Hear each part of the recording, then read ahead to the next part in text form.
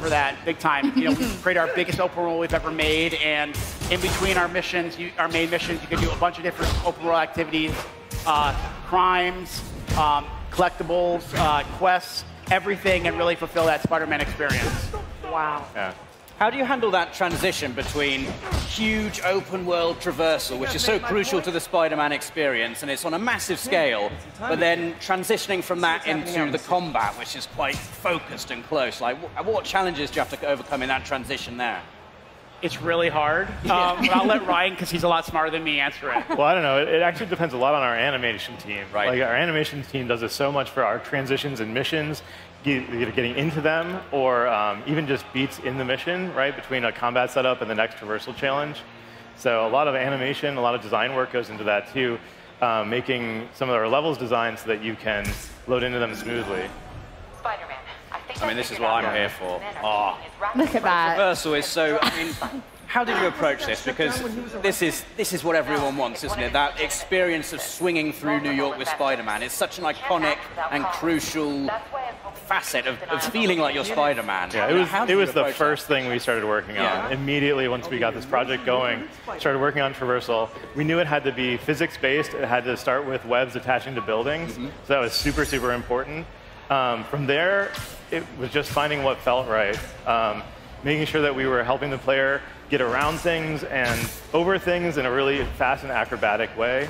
Making sure that all the animations that connect you, again, are looking amazing. And yeah, it just took a ton of work to find all the different places and things that you wanted to do, like the fire escapes that Jacinda's team needed on the buildings. We didn't have those initially. Like, we didn't have those initially, right? It's just square buildings because it's a test level, right? But then once we looked at what does New York actually look like, there had to be fire escapes.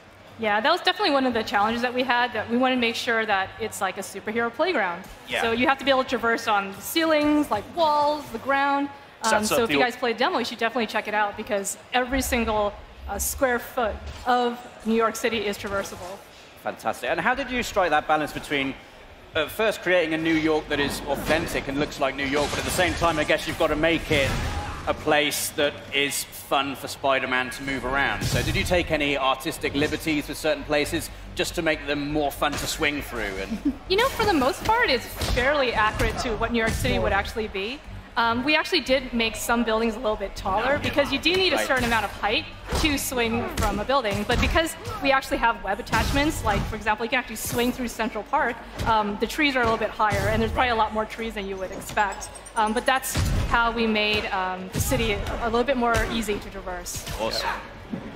What about bringing Spider-Man to life? Because even on the streets, the movements, we get a little bit of this, a little bit of a joke. Yeah, so when we started working on this project, one thing we talked about was we wanted, New York is a character for us, right? It's its own character, and part of that is how lively it is. We want to have a lot of cars, a lot of vehicles, a lot of people, but it'd be weird if he just didn't interact with them. So, he can, instead of punching them, he'll like salute or wave, and then some characters you can actually interact with, like we can do high fives, really? We can take a little selfie with them and everything. So, yeah, I mean, we want it to be even though he swings a lot, there are going to be players who are going to go down the ground, and we want to have opportunities where you can interact with the NPCs. They'll also like run away if there's a crime nearby.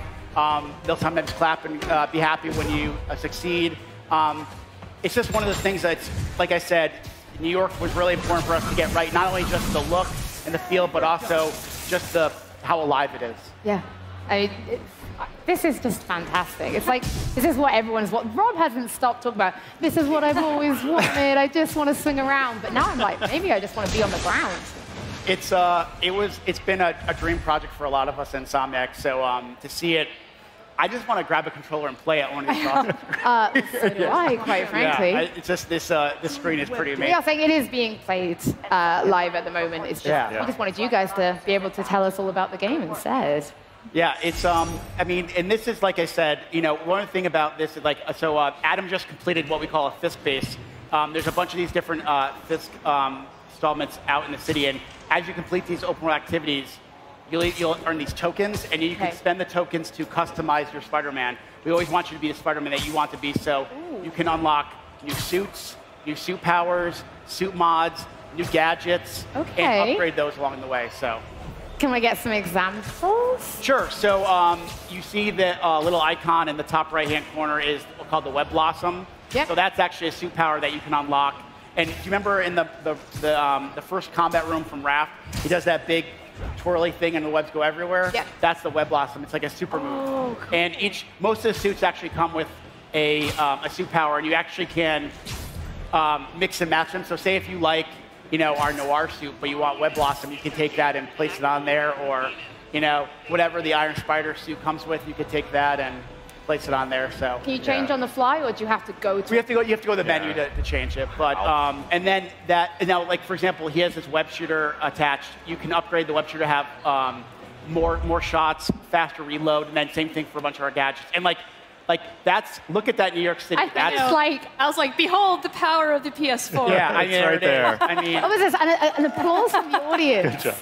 That is incredible. Yeah, it's by far the biggest game we've ever made, and yeah, that's still a guilty pleasure of mine because I like to just climb to the highest buildings and just do a swan dive. Yeah. Wow. It feels awesome. Yeah, so they're actually playing. The demo is actually only a very small portion of the playable area in the city. So we have multiple districts, and this is really basically one district with maybe a couple corners of others, but it's a massive world. And so how do you bring a massive world to life with activities then? Because, okay, swinging around is fun, but we want to do stuff in that world too. Ryan? I'm sending all the hard ones to him. Yeah. Thanks, Brian. We have a lot of different activities that are in the world. In this demo, there's actually our research stations. Everything comes with a story reason for it. There's also our dynamic crime system. There's that Web Blossom we were talking about. You can see they're stuck in there now inside that little cubby. So the dynamic crime system is there all the time. And so you actually earn the tokens through that and then put those back in your upgrades. And then as you go through the story, different other activities unlock across the world. Yeah, that's kind of one of the cool things about the city is that it's constantly evolving, Yeah. The citizens evolve, the activities evolve as the story evolves. She's actually pointing out So another something. thing is actually, at certain points, they'll actually, the people in the world will actually point out things that you can do, like they pointed to an activity in the world. So and off you go. Off you go. Yeah. And Peter Parker has been Spider-Man for 8 years in this game. Right. What was behind the decision to make him a more experienced Spider-Man? So I think when we were early on, we were talking about the story and the kind of story we wanted to tell. We knew right away we didn't want to do an origin story because people told us pretty quickly they don't want origin stories. And, coincidentally, the studio side was doing the younger Spider-Man, which is a great. So we thought, what would be a good time in his life to explore? And I just remember back after I graduated college, what life was like. It's like that. And you're finally an adult now. You're paying your own bills. You have a job for the first time. You're trying to make a name for yourself. So we just thought that would be a good opportunity to explore for Peter. And, as he meets his mentor and stuff like that, I thought it'd be really cool. Awesome. And what can you tell us about, we saw a whole bunch of villains in their trailer yesterday. They just kept coming. So what can you tell us about the villains we're going to be fighting? So back at E3 last year, we revealed Mr. Negative, and he plays a pretty big role in the game. And, he's a relative newcomer, right? But it's a superhero game. We got to have supervillains. And, back in, like I said, people were like, well, I hope we introduce one new villain. And I was like, that's not enough. And over the last 8 years, he's locked up many villains: Rhino, Electro, Vulture, Scorpion. And again, we've been saying, not only is Peter going to be pushed more emotionally than ever before, but same physically. So it's just, when you have a Sinister Six, we thought that would be a pretty good test for a 23-year-old Peter. And we saw someone mysterious arriving at the end of the trailer. Yeah, so I figure I'll just spoil it for everybody right now. Spoil it now. Forget about September 7th, just spoil it now. It's there is a leader, and that person was teased, and when you play the game on September 7th, you'll figure out who it is. And how do you strike that balance between making a game for people who like the Spider-Man movies, maybe they're fans of the MCU, and then you've got the fans who have been reading the Spider-Man comics for years and years and years and years. What have you put in the game for them that they can explore in terms of lore? And how do you strike that balance making a Spider-Man game for everyone? You guys want me to answer that? Go for it, Brian. Okay. All right. I think what makes the Marvel movies so popular is that they don't just they're so accessible to people who aren't the hardest core fans, right? So we worked really hard with whether it's design, art, character, UI, to make sure, and the story, to make sure that we're educating people who Yuri Watanabe is, even who Aunt May is, or Martin Lee, aka Mr. Negative. We want to make sure that whether it's actually in the game, whether you're playing a mission, or even you're going through our UI, that we educate you on who these people are, because we can't assume that everybody knows the characters like we do, right? That's just unfair, because our job is to know who these characters are, right? But I think we want to make sure that it has a level of accessibility. I think everything we do, whether it's swinging, combat, upgrading his character, and then our story and our lore, there's a level of accessibility to it. We want as many people to play this as possible. Yeah. I think that's what the comics and the movies do really, really well. Yeah, and I was going to say too, like in Marvel stories, like first and foremost, all of the characters are human, right? Who just happen to have extraordinary things happen to them, or happen to have extraordinary abilities, and that's what we're telling here. We're telling a human story, and I think that players who even if they're not Spider-Man fans will find this story very relatable. So. I totally agree. I think that was the biggest thing we said. As much as it's awesome superhero fantasy, it has to be a human story, and I think that we want it to be a great, interesting story, even if you didn't have the superhero. That's just, that's the layer we put on top. And it's, like I said, it's much of a Peter Parker story as it is a superhero, as a Spider-Man story. I think the other thing is that we worked really close with Marvel to find out the identity of those characters, like really what defines that character, and then work from that in our universe. That's something Brian and Bill Roseman at Marvel worked on really long. Yeah, the one thing to remember is this is not based on the movie, or it's not based on a particular comic story. It's our own Spider-Man universe, and the mantra was we want to respect the traditions of the franchise, but we also want to don't be afraid to mix things up. Yeah. So, like for example, in our world, up into this game, Wilson Fisk has been the big bad. Like it's all about taking down Wilson Fisk, and then once he's out, it opens the door to new threats. So. And the great thing working with Marvel is they've been so open to pretty much everything. And there's some really big things in the game that we haven't revealed yet that I think are going to surprise a lot of people, that they were like, they went for that. And people like Bill and Eric and Mike, they've been unbelievable collaborators on this, along with Sony. And it's quite amazing that you've been given the freedom to create your own Spider-Man universe. Can you remember, like, I don't know if you can pinpoint a specific moment, but the first day you guys worked on this game and you knew you were going to be creating your own Spider-Man universe, what were the first ideas that came into your head?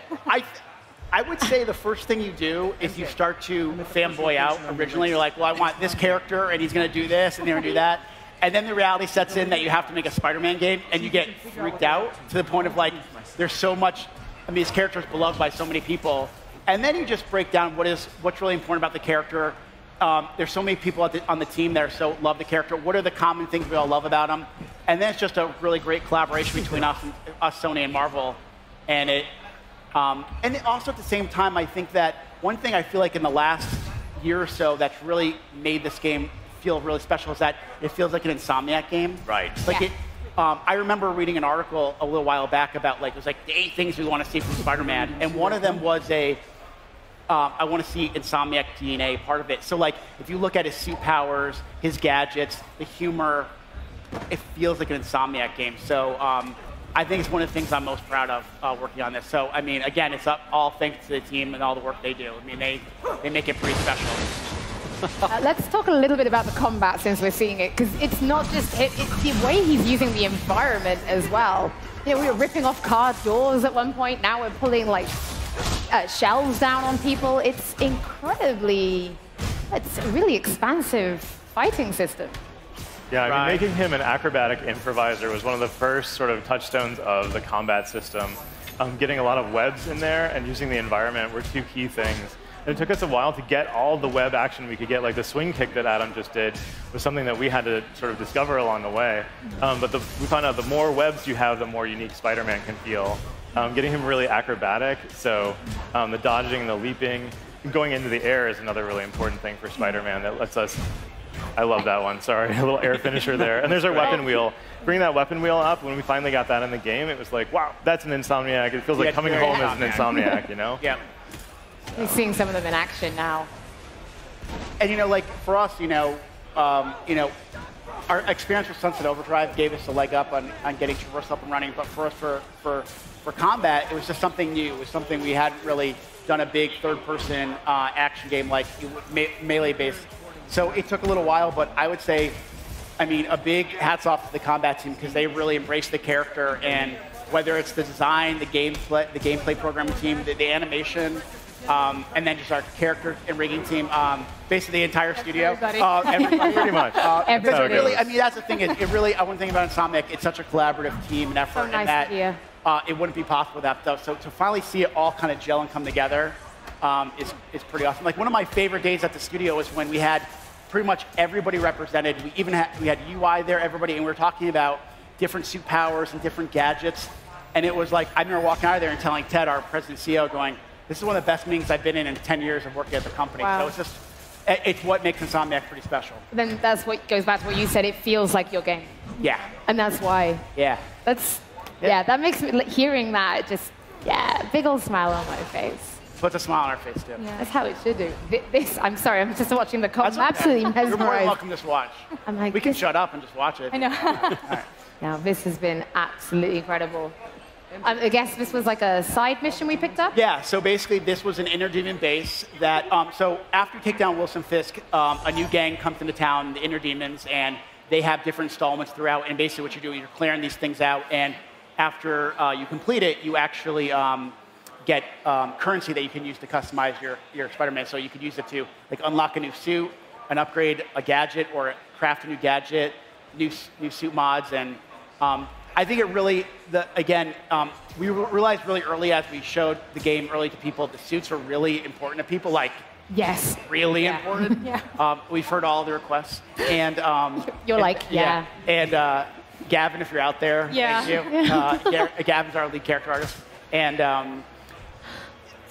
having that that carrot to kind of customize the Spider-Man how you want him to do. And the trait is that however you look in the like when you're playing, if you go to a cutscene, he's wearing that outfit. So That's what I like. Yeah. That's exactly Yeah, I was like. going to say, it was kind of funny because there's a lot of really big Spider-Man fans on the character team. Oh, So then originally we're like, oh, maybe we'll just do a couple. And then just more and more Spider-Man skins kept showing up. Sometimes even without requests, right? My favorite is to Gavin, our lead character artist. Well, maybe like a Saturday morning, and he'll just text me a picture of a work in progress suit, and he'll just do his "come on" like ... and then I'm emailing Marvel going, so what ... and they usually give a thumbs up. So it's just all of us kind of fulfilling a dream that we've wanted for a long time. And when you see the other suits in the game, they look so damn good. Like just the materials and everything, just it's so good. Yeah, that's one of the things I'm most excited about, and I can't wait for fans to play the game, check out how many suits there are. People have been tweeting us forever and asking for all these suits, and I wish I could tell you what they were, but you guys are going to have your minds blown when you actually... There's a lot of suits. I mean, I would quite happily right now just take this demo and just see what I could find in it, but maybe I wouldn't get that lucky. It says focus bar full. Tell me a little bit about what that means. Right. So the focus bar is sort of represents out your flow in combat and traversal, and then you can use that for one of two things. You can either use it to instantly take down an enemy, or you can use it to heal. And so it's a little bit of risk reward in the gameplay system that lets your basically your performance determine how you want to succeed, right? So that's what you're doing, and you can actually build that up through like acrobatic combat, whether it's using webs, getting into the air, or actually doing cool traversal moves as well, swinging around the open world. Rob hasn't taken his eyes off the screen. I don't think Rob doesn't realize he's on the stage anymore. He's just like Spider-Man. Yeah. Do you have any questions for us? Can you climb to the top of the Freedom Tower? Yeah. Can you do it? Not in this Not demo. in this but demo, no. It's on the other side of the city, but yes, you can. Empire State's in this. Yeah. In this And also you can go to region. you can go to I think Avengers that's our Tower as tallest well one. if you Yeah. want. or You can climb swing- on anything. Yeah, Yep. you can pretty much. There's nothing you can't climb on. Is the whole of New York like available right from the get-go? Can you swing around the whole? Yeah, I mean, pretty much. I mean, we send you to Fisk Tower pretty quickly. Like the game opens up with you getting basically an alert that, hey, we're going after Fist right now. Get your butt here, and you start swinging toward it. Then you finish that mission, and the whole city's open to you. Amazing. Yeah. And yeah, you can explore it from pretty much the minute after you defeat Fist.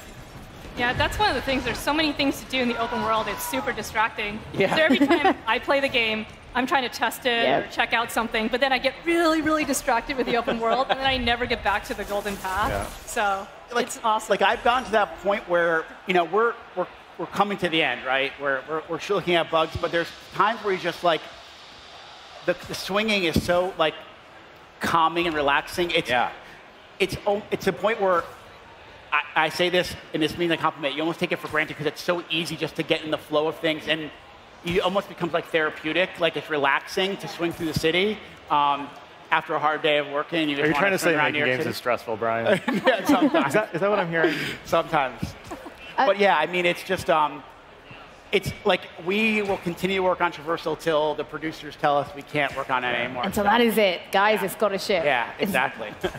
Let's talk about some of the colored beams of light we kind of see now and again on the map. I'm assuming they represent things that we can do, but what are those particular things? Oh, the beams of light. Yeah. No, basically is you can go to you can hit pause and go look at the pause menu, right? But like we want to keep Spider-Man moving, so you basically just kind of ping the world, and your kind of visors gives you a view of all the activities in the area. So like the green represents one of Peter's old backpacks, and there's a collectible in there that kind of gives you a little bit more of the history of his 8 years of being Spider-Man.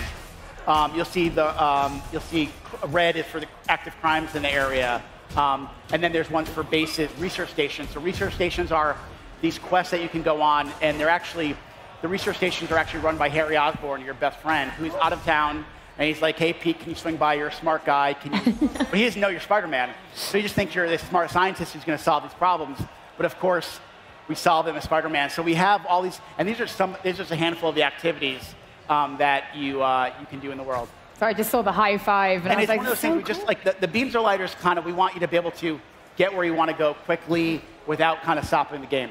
This is amazing. I'm a little worried that I think we're coming to the end of our time here on stage. And I'm not sure I want to do that. I just want to keep on watching the traversal. Well, it's playable at the show, so, everyone can swing by. It is. Rob, any final questions you'd like to ask the team? Are there like any expert level traversal moves that you can unlock? Like, yeah, I mean, I definitely think the parkour elements in there, looking for the water towers that you can zip through, how you get through like the fire escapes, just kind of that.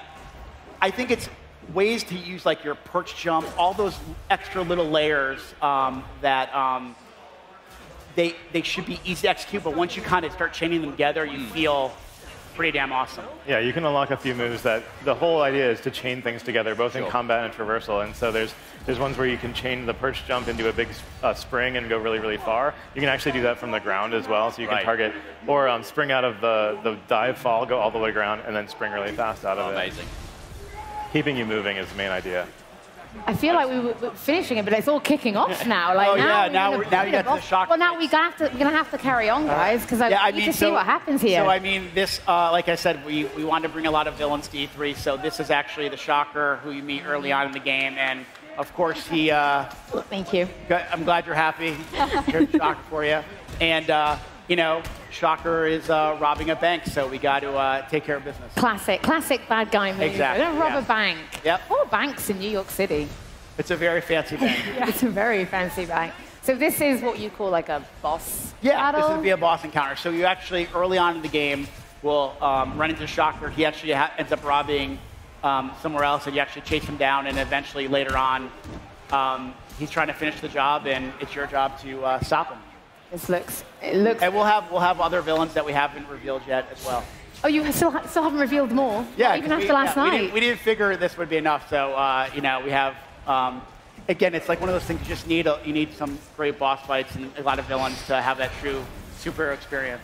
This is incredible. What do you think? Are we nearing the end of this boss fight, do you reckon? Actually, it's going to probably go on for a little bit. It's the tougher things. Well, I guess we will leave it there. People can come play it and finish it. Well, not the people at home. That's I'm sorry. Well, I'm sure there's videos of it online. Okay. And we'll be doing our own probably live stream at the office, and we'll be talking more about the game. So join into the Insomniac live stream. I think we're going to do one on Friday. What's the URL for that? Does people come on?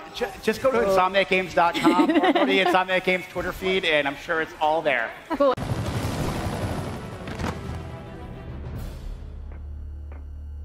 Herman, long time no see. Hey, I'm no lawyer, but I'm pretty sure that's a parole violation.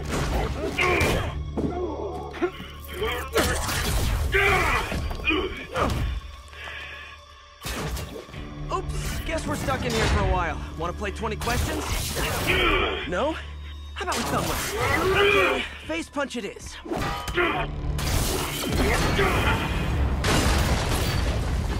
Whoa! Your gauntlets are all digital now, aren't they? Have it your way. You wanna fight? Let's fight! Man, can't wait to put you back behind bars so we can talk science. Remember our first fight? Me so young and stupid. You just stupid. You talk too much! Well, that's a matter of opinion. I mean, are there any standard metrics for how much talking one should do? And who determines the ideal ratio of talking versus not talking? Also, how would you measure? Now I can do some real damage. Why are you doing this, Herman? Don't kill me!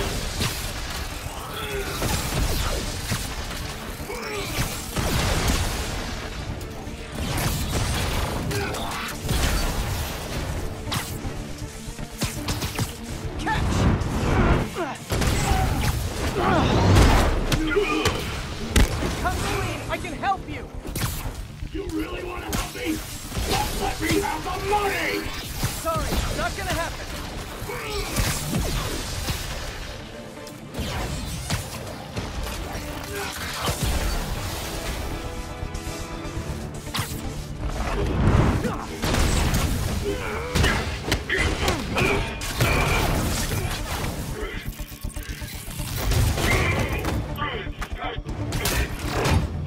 You know, people don't use banks anymore. You're lucky you found actual cash. If you really want to rob banks, try day trading. It's all the rage.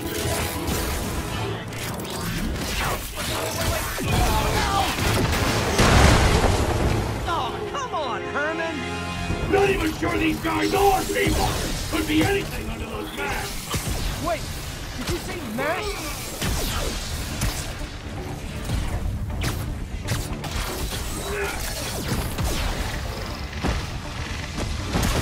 This one's gonna hurt. These mascots, what do they want the money for? Don't know! Don't care! Soon as I finish the job, I'm gone!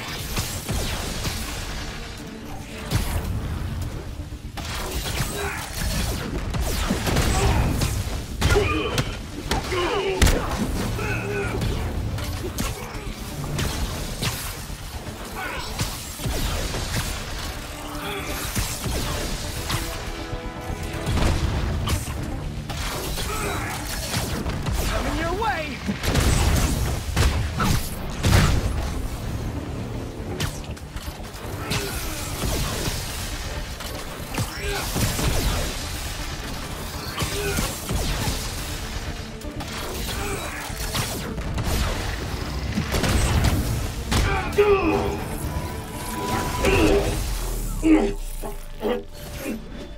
Get up now and we can protect you! No way! You ain't see what I do! What the? You son of a... Okay, last chance to give up. This time I really mean it. Quit moving!